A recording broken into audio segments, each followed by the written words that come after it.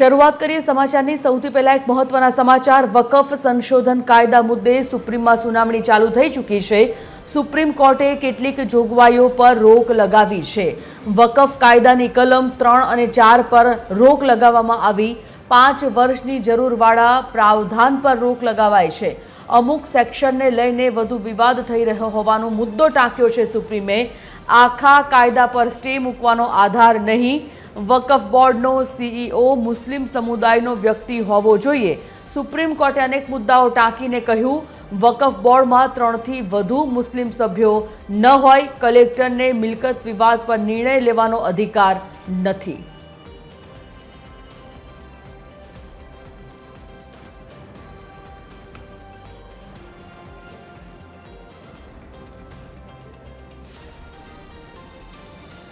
संवाददाता वैभव श्रीवास्तव लाइव जोड़ाई गया है। मुद्दा पर बात करिए। वैभव, क्या है जानकारी इस मामले में?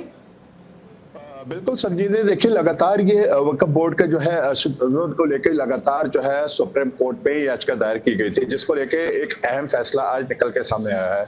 खासकर अगर देखा जाए तो पिछले 4 महीने पहले सुप्रीम कोर्ट ने वक्फ बोर्ड का जो फैसला था वो सुरक्षित रख दिया था, और अब से कुछ ही देर में जो है ये फैसला भी आने की उम्मीद जताई जा रही है, क्योंकि चीफ सीजीआई यानी chief justice of India Ranjan Gogoi जो है वो लगातार इस पर बैठक कर रहा है। और अभी कुछ देर पहले जो है एक दूसरे मुद्दे पे चर्चा की जा रही थी, यानी कोर्ट पे केस चल रहा था और सुनवाई चल रही थी।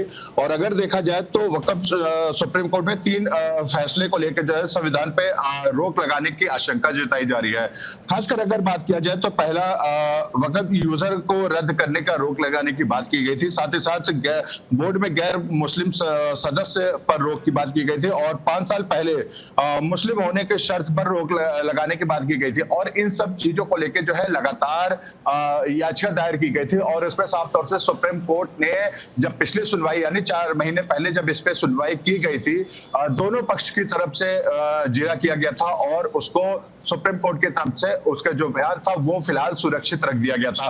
और 11 बजे के आसपास जो है अब से कुछ ही देर में जो है इसका फैसला आने की उम्मीद भी जताई जा रही है। संजीवनी, धन्यवाद जानकारी के लिए वैभव। तो जे प्रकारे सुप्रीम कोर्टे अनेक मुद्दाओं टांक्या छे, आपने जणावी दीए वकफ सुधारा बिल अंगे सुप्रीम कोर्ट में सुनावणी शुरू थई चूकी है। आखा कायदा पर स्टे मूकवानो आधार न होवानी बात सुप्रीमे कही है।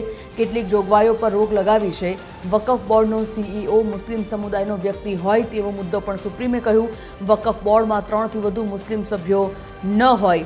आपने पण जणावी दीए, कलेक्टरने मिलकत विवाद पर निर्णय लेवानो अधिकार न होवानी वातनो मुद्दो सुप्रीमे टांक्यो छे। वकफ संशोधन कायदा मुद्दे सुप्रीमમાં सुनावणी हाथ धरवामां आवी। अनेक मुद्दाओं पर सुप्रीमे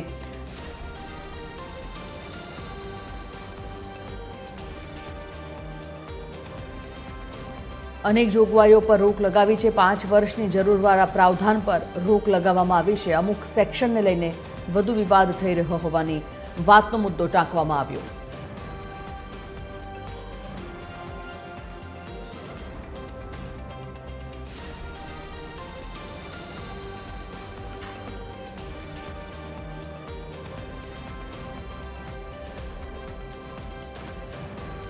Headed by Manniya Narendra Modi ji. So there is no ST on the amendments. Only there is a interim order in favor of the petitioners regarding that they cannot be deprived of the work property without following the procedure laid down in the law, including the amended law. Third, that if any work has to be taken by the government, or the possession has to be taken back, that the procedure laid down in the Waqf Act, including the amendment of the Waqf, that procedure has to be followed by the tribunal as well as by the Honorable High Court.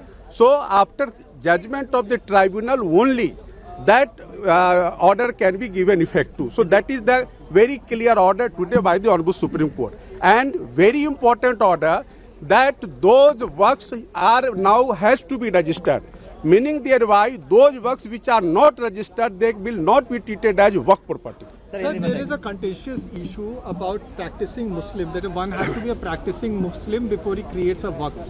You see, if you remember that when this argument was going on, at that point of time, learned Solicitor General of India had given concession about this provision that the 5 years practice of Islam the Honorable Court can decide this issue as per their own discretion. So accordingly, those who are practicing, who have not practiced Islam for 5 years, they cannot create work.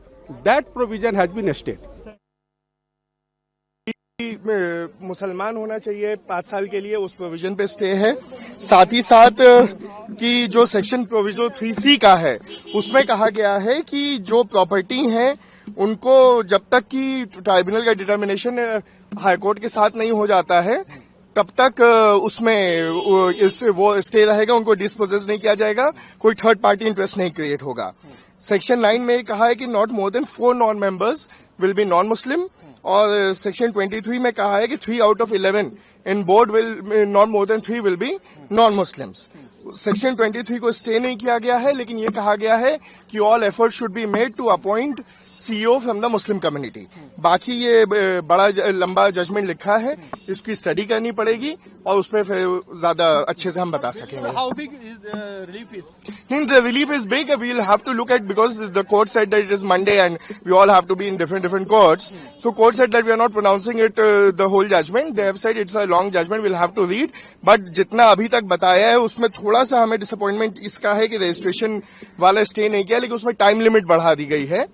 तो हमें उम्मीद है कि अभी हम जब पढ़ेंगे तो उसमें और भी चीजों पे हमारे सामने जाहिर होगा कि इसमें क्या क्या है इस ऑर्डर में। प्रैक्टिसिंग मुस्लिम वाला जो प्रावधान था उस पे क्या था? उस पे स्टे कर दिया गया है। और नहीं, not the complete act, certain provisions have been state.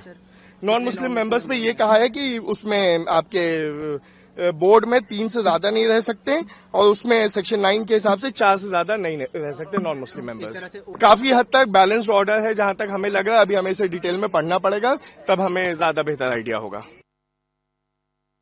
लोग धार्मिक कामों के लिए, सामाजिक कामों के लिए, जिनको ये डर था कि सरकार उनकी जमीनें लूटने की कोशिश करेगी, फौरी तौर पर उनको बहुत बड़ी राहत मिली। 5 साल का भी जिक्र किया है सुप्रीम कोर्ट ने कि इस्लाम का अनुयायी होना जरूरी नहीं है। नहीं, सरकार डिसाइड कैसे करेगी? आप फ्रेम कैसे करोगे? रूल कैसे फ्रेम करोगे? आप कैसे तय करोगे कि कौन 5 साल से प्रैक्टिस कर रहा है? ये तो आस्था का विषय है, ये तो अंतर्मन की बात है।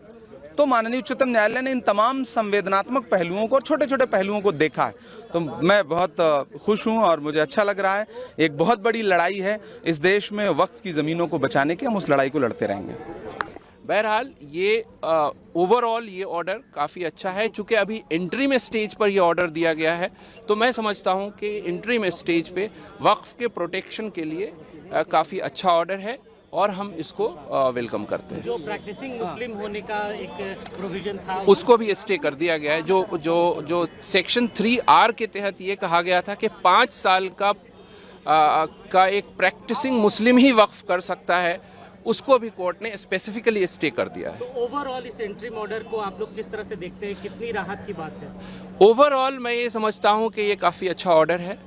एक वक्फ बाय यूज़र के सिलसिले में जो काफ़ी कंसर्न था कम्युनिटी का, उसके बारे में भी कोर्ट ने कुछ कहा है और उसको हम पढ़ेंगे, लेकिन ओवरऑल वैसे देखा जाए तो वो अच्छा ऑर्डर है, हम इसको काफ़ी वेलकम करते हैं। In English if you can briefly tell us what is your response to the interim order which has been pronounced right now?